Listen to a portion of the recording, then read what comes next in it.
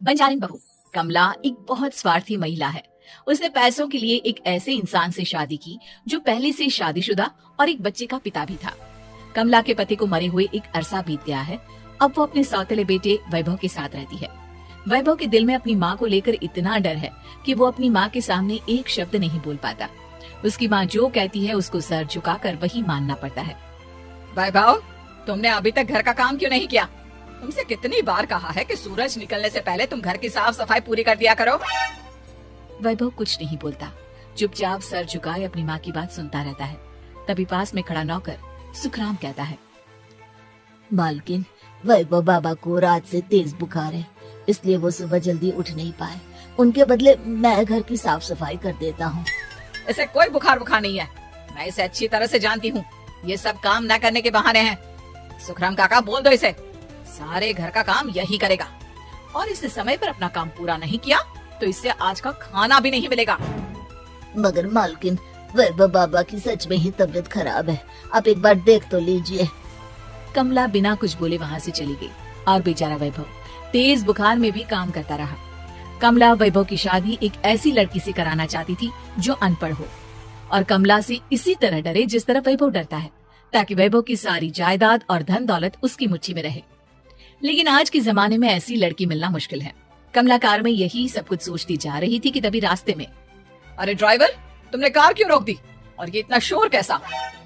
Madam, आगे कुछ बंजारों का खेल चल रहा है, इसलिए भीड़ लगी है। मैं अभी भीड़ को साइड में करवाकर कार निकालता हूँ। ड्राइवर भीड़ को साइड करके कार निकालने की कोशिश करने लगा कि तभी कमला की नजर रस्सी पर चल रही एक फुलवा नाम की बंजारन पर पड़ी। क्यों ना मैं इस बंजारन की शादी वैभव से करा दूं? ये तो अनपढ़ लग रही है, मेरे पैरों तले दबकर भी रहेगी। मुझे अभी इसके माँ बाप से बात करनी होगी। ये सोचकर कमला ने उन बंजारों से बात की और उन्हें शाम को अपने घर बुलाया। फुलवा के माता पिता वहाँ उसे लेकर आ गए। उन्होंने इतना आलीशान घर पहले कभी नहीं देखा था। अच्छा हुआ आप लोग आ गए। देखिए, मुझे घुमा फिरा कर बात करने की आदत नहीं है, इसलिए सीधे सीधे मुद्दे पर आती हूँ। मुझे आपकी बेटी बहुत पसंद है। मैं अपने इकलौते बेटे की शादी आपकी बेटी फुलवा से कराना चाहती हूँ। इसके बदले में आप जो चाहो वो ले सकती हैं। तभी फुलवा की माँ कहती है, ये क्या कह रही है मैम साहब? कहीं आप हमारी गरीबी का मजाक तो नहीं उड़ा रही ना? आप मेरे बेटे से मिल लो। अगर आपको मेरा बेटा पसंद आता है तो मैं कल से ही शादी की तैयारी शुरू कर दूंगी। सुखराम, सुखराम, वैभव को लेकर आओ। फुलवा अपनी माँ के कान में फुसफुसाती है, माँ, कहीं इस मेम साहब का छोरा पागल तो ना है? फुलवा अपनी माँ से बात कर रही होती है कि वैभव वहाँ आता है। फुलवा उसे देखती ही रह जाती है और उसके माता पिता उसकी शादी तय कर देते हैं। शादी वाले दिन किसी को फुलवा और वैभव की बेमेल विवाह की बात समझ में नहीं आती। फिर भी एक औरत कमला से पूछ ही लेती है, कमला जी, आपने अपने इकलौते बेटे की शादी देहाती गवार से क्यों करा दी? ये बंजारन आपके घर की बहू बनने लायक तो नहीं है। कम से कम अपने स्टेटस का ही ख्याल कर लिया होता। बहू तो अपने टक्कर की लाती, आपने तो बंजारन को ही बहू बना लिया। अब कमला को समझ में नहीं आ रहा था कि इस बात का क्या जवाब दे। वो कुछ देर चुप रही और सोच समझ कर कहती है, बहन जी, आपको तो पता है आजकल के बच्चे किसी की बात कहाँ सुनते हैं। मैं तो अपनी बहू एक पढ़ी लिखी और अपनी सोसाइटी की ही ढूंढ रही थी। लेकिन मेरे बेटे ने मेरे सामने इस बंजारन को लाकर खड़ा कर दिया। बोला कि मैं शादी करूंगा तो इसी से। अब भला मैं क्या करती, मुझे अपने बेटे के सामने झुकना ही पड़ा। कमला की ये बातें सुखराम भी सुन रहा था। उसने ये सारी बातें वैभव को जाकर बता दी। काका, मैं तो फुलवा को जानता भी नहीं, फिर माँ मेरे बारे में झूठ क्यों कह रही है? अरे बेटा, तुम कितने भोले हो, तुम्हें कुछ भी नहीं पता।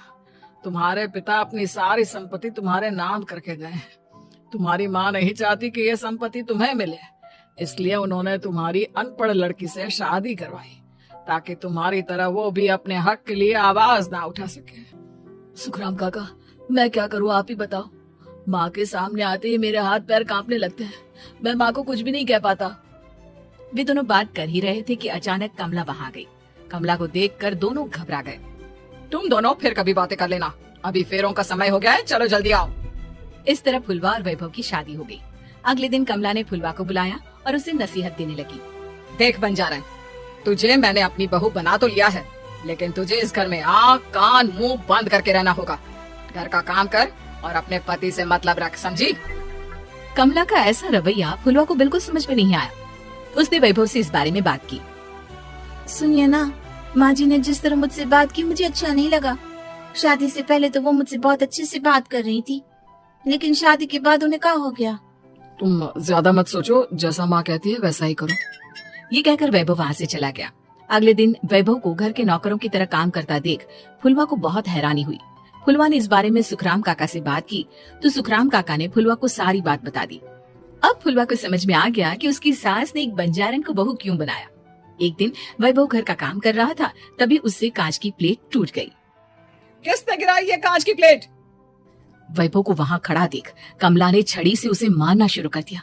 उसके पैर में कांच चुभ गया और खून बहने लगा, लेकिन फिर भी कमला उसे मारी जा रही थी। ये देखकर फुलवा ने कमला के हाथ से छड़ी छीन ली और तोड़कर फेंक दी। बंजारन, तेरी इतनी हिम्मत, तूने मेरे हाथ से छड़ी छीनी? कमला फुलवा को थप्पड़ मारने ही वाली थी कि फुलवा उसका हाथ पकड़ लेती है। ओ सासू माँ, मैंने मॉम की गुड़िया ना समझ लियो। बंजारन हूँ बंजारन, ईंट का जवाब पत्थर से देना जानती हूँ। आज के बाद मेरे या वैभव जी के ऊपर हाथ उठाने की सोचू भी ना, समझी ससु माँ। ये कहकर फुलवा वैभव को लेकर वहाँ से चली गई। उसने वैभव के पैर पर पट्टी बांधी, उसके आंसू पोंछे। वैभव ने पहली बार किसी के दिल में अपने लिए इतना प्यार महसूस किया। अब फुलवा वैभव का हर काम में हाथ बटाती, उसका बहुत ख्याल रखती। इस तरह दोनों बहुत ज्यादा नजदीक आ गए। वहीं दूसरी ओर कमला सारी जायदाद अपने नाम करने की साजिश करने लगी। और एक दिन, वैभव, वैभव, जल्दी बाहर आओ। कमला की आवाज सुनकर वैभव और फुलवा अपने कमरे से बाहर आ गए। जी माँ, आपने बुलाया? ये ले, इन कागजों पर साइन कर दे। वैभव कागजों पर साइन करने ही वाला था कि फुलवा वैभव के हाथ से पेन छीनकर कहती है, ना वैभव जी, आप इस पर हस्ताक्षर नहीं करेंगे। आओ बंजारन, मैं तुझसे बात नहीं कर रही। ये बात मेरे और मेरे बेटे के बीच की है। चुपचाप पेन दे दे, नहीं तो तेरी खाल उधेड़ लूंगी। सासू माँ, बंजारन की खाल इतनी भी ढीली ना होवे कि कोई भी उधेड़ लेवे। जो यकीन ना आता हो तो देख ले उतार के। और हाँ, बंजारन जरूर हूँ पर अनपढ़ ना हूँ। मन ने भी पता है कि किसी भी कागज पर साइन करने से पहले उसे अच्छी तरह पढ़ लेवे हैं। पेन देती है या नहीं? ये कहकर कमला फुलवा को मारने आई तो फुलवा ने कमला को धक्का दे दिया और वो नीचे गिर गई। कमला डरकर वहाँ से भाग गई। अब फुलवा ने वो कागज उठाए और वैभव के साथ सीधा वकील के पास चली गई। वकील ने वो कागज देखी और फुलवा को बताया, वैभव के पिता की सारी जायदाद और संपत्ति वैभव के नाम है, लेकिन वैभव की सौतेली माँ इस संपत्ति को अपने नाम कराना चाहती है, इसलिए इन कागजों पर वो साइन करा रही थी। तो अब हमें क्या करना चाहिए वकील साहब? वकील ने फुलवा और वैभव को सब कुछ अच्छी तरह से समझा दिया। अब दोनों घर पर पुलिस को लेकर पहुँचे। कमला पुलिस को देखकर घबरा गई। पुलिस ने कहा, आपके नाम की कंप्लेंट हुई है, आपको हमारे साथ थाने चलना होगा। कंप्लेंट? कैसे कंप्लेंट? आप अपने सौतेले बेटे पर बहुत अत्याचार करती हो, धोखे से सारी जायदाद अपने नाम करा रही। अब नहीं इंस्पेक्टर साहब, जरूर ये मेरी बहू की कोई साजिश है, इसने गलत कंप्लेंट की है। मैडम, शिकायत आपकी बहू ने नहीं बल्कि आपके बेटे वैभव ने की है। कमला वैभव का नाम सुनकर दंग रह गई। जिस बेटे ने कभी उसके सामने सर नहीं उठाया था, आज वही बेटा उसके सामने पुलिस को ले आया है। वैभव, तुम्हारी इतनी हिम्मत कि तुम पुलिस को ले आए? हाँ माँ, मैं लाया हूँ पुलिस को, और मेरे अंदर इतनी हिम्मत कभी ना आती अगर फुलवा मेरा साथ ना देती। आपने बंजारन बहू को लाकर अपने ही पैर पर कुल्हाड़ी मारी है माँ। मैडम, अब की बात खत्म हो गई हो तो चलो हमारे साथ। वैभव, मुझे माफ कर दो, मुझे थाने मत भेजो। आज के बाद मैं तुम्हें कभी नहीं मारूंगी, तुम्हें कभी परेशान नहीं करूंगी, मुझे माफ कर दो। वैभव अपनी कंप्लेंट वापस ले लेता है और पुलिस वहाँ से चली जाती है। वैभव अपनी सौतेली माँ से कहता है, मैंने पुलिस को वापस तो भेज दिया है, लेकिन मैं आपको माफ नहीं कर सकता। आपने बचपन से आज तक कभी मेरे सर पर हाथ नहीं रखा, हमेशा मुझे मारती रही, नौकरों की तरह बर्ताव करती रही। आप इस घर में नहीं रह सकती, चली जाइए यहाँ से। कमला घर छोड़कर चली गई और सड़क किनारे खड़ी होकर सोचने लगी, काश मैंने वैभव को माँ की तरह प्यार किया होता तो आज मैं इस तरह से बेसहारा ना हो जाती।